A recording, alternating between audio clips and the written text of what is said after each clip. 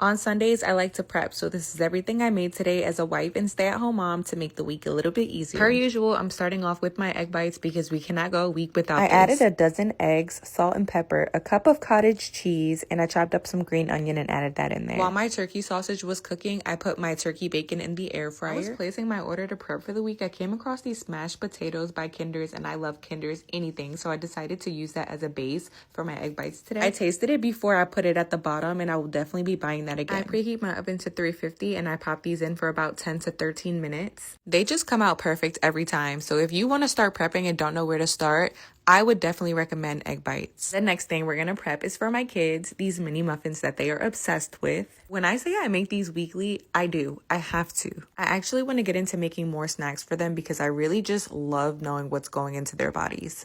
I also posted this recipe a couple videos back if you're interested in trying. If you're doing mini muffins, this recipe will make 48 muffins. This is just a disclaimer. I always make extra for my neighbor and her kids. You can freeze these if you prefer to. I just leave them on my counter in an airtight container because they do not last longer than 3 days. Between these muffin and those egg bites, they always come out perfect. Next is my favorite, protein balls. I'm using a cup of Kodiak oats back there and I'm just blending it. Then I'm going to go in with 100% peanut butter. I did half a cup for this and then I went in with 1/4 cup of agave. You can also use honey, but I'm not a fan of honey.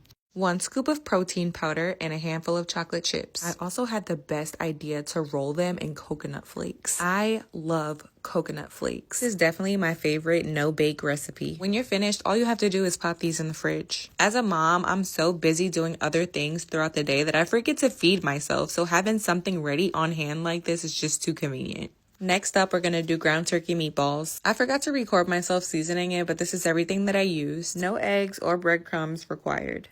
The same way I rolled my protein balls is the same thing I do for the ground turkey meatballs. I do this when I want something really simple and easy, but also kind of want to switch it up.